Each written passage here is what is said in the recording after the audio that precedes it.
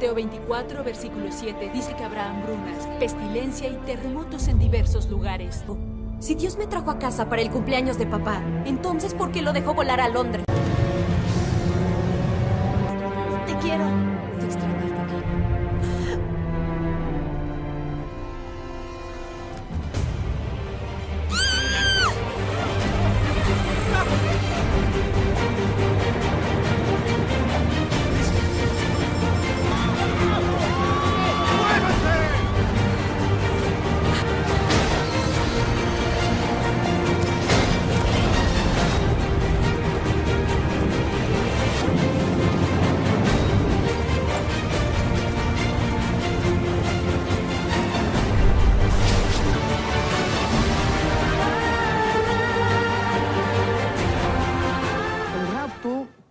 No se encuentra en el Antiguo Testamento, no se encuentra en los Evangelios. ¿Por qué?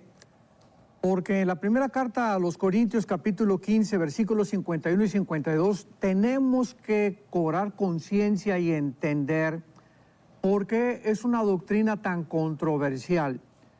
La doctrina del arrebatamiento de la iglesia o el rapto es tan controversial por la ignorancia que existe de no haber entendido que fue una doctrina, fue una revelación especial que Dios le dio no a Pedro, ni a Mateo, ni a Santiago, ni a Judas, ni a Juan. Es una revelación que se le dio y que Dios tenía en su soberanía escondida para dársela al apóstol Pablo. Dice Pablo en su primera carta a los Corintios, capítulo 15, versículo 51, he aquí les digo un misterio. Inmediatamente Pablo comienza a decirnos que esto que nos va a revelar es un secreto que estaba oculto en los tiempos y en las edades del pasado, y que en el tiempo de la soberanía de Dios, en el cumplimiento en el cual el Espíritu Santo ha comprendido que necesitamos esta revelación para poder entenderla, es precisamente la época en que nos encontramos. ¿Cuál es este misterio?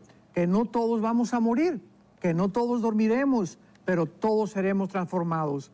O sea, Dios escondió un misterio en el Antiguo Testamento y también en los Evangelios, que hasta las cartas de Pablo nos es revelado.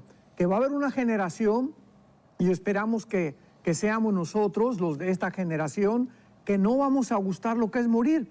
En un momento, en un abrir y cerrar de ojos, millones de personas vamos a desaparecer del planeta Tierra.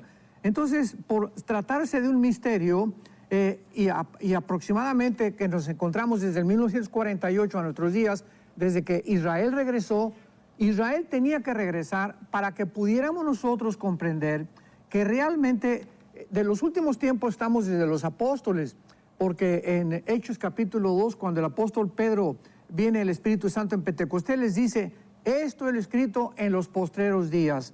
El apóstol Juan, 1 Juan 2, 18, dice, porque ya es el último tiempo. O sea, los apóstoles estaban conscientes que estábamos en la última dispensación, en la última administración de Dios, que se llama la de la gracia. Siempre ha habido gracia, claro, y Dios ha salvado por gracia.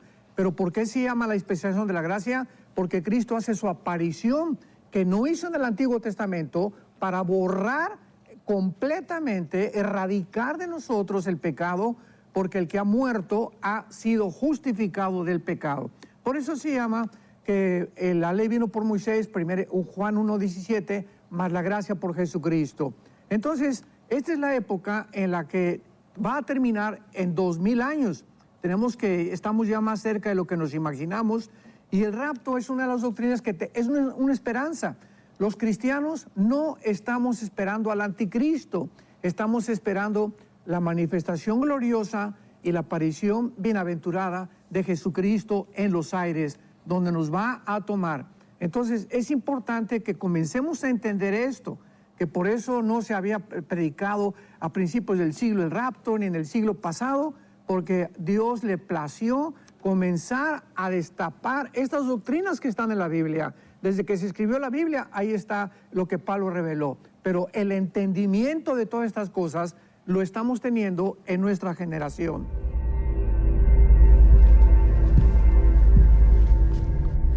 Muchos cristianos en todo el mundo creen en la segunda venida de Jesús, pero hay discrepancias respecto a cuándo y cómo va a tener lugar. Una enseñanza bastante extendida es que en un momento futuro todos los creyentes en Dios desaparecerán del planeta de repente. Es lo que se conoce como el rapto secreto. La idea básicamente consiste en que la segunda venida ocurre en dos fases. Primero Jesús viene de forma invisible y la iglesia es raptada al cielo.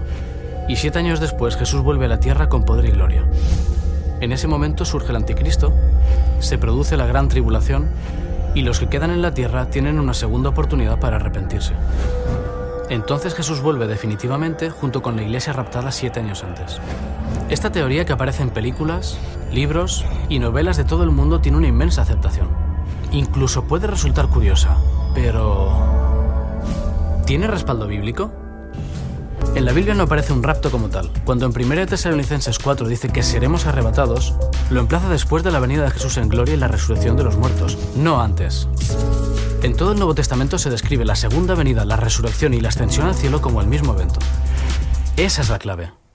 Esta teoría contradice Mateo 13, donde el trigo y la cizaña crecen juntos, hasta que se separan al final, no 7 años antes. Un texto clave para defender el rapto es Mateo 24:40. Estarán 2 en el campo, uno será tomado y el otro será dejado. Pero ese capítulo describe la venida de Jesús, no el rapto. Solo se enfatiza el evento como inesperado. Léelo. Es el mismo sentido que 1 Tesalonicenses 5, Lucas 12 y 2 de Pedro 3. Jesús viene como ladrón en la noche. Pero en Pedro el versículo termina diciendo que los cielos pasarán, los elementos serán deshechos y la tierra será quemada. No suena muy secreto, ¿verdad? La gran tribulación la pasan todos. En Mateo 24 esos días son acortados por amor a los escogidos. Por eso ellos no pueden estar en el cielo. Algunos diferencian una parusía invisible de Jesús y un apocalipsis o revelación visible 7 años después. Pero estos dos términos griegos se usan de forma intercambiable en Mateo 24 y Lucas 17. En ningún lugar se relaciona 7 años con el fin del mundo. Este periodo se extrae de las 70 semanas de Daniel 9. En la última semana se confirmaría el pacto y a la mitad cesaría el sacrificio y la ofrenda. Algunos señalan que quien cesa la ofrenda es el anticristo, pero fue Jesús. Te explico. ¿Cuánto es la mitad de 7? Exactamente 3 años y medio después de comenzar su ministerio, Jesús murió por la humanidad. Así cumplió el sistema de sacrificios y cesó la ofrenda como la profecía señalaba. Mateo 27 confirma que al morir Jesús, el velo del templo se rasgó en 2, simbolizando el fin de los sacrificios. No se pueden separar estos 7 años del resto de la profecía y trasladarlos 2000 años al final de la historia. No hay base teológica. Eso es grave.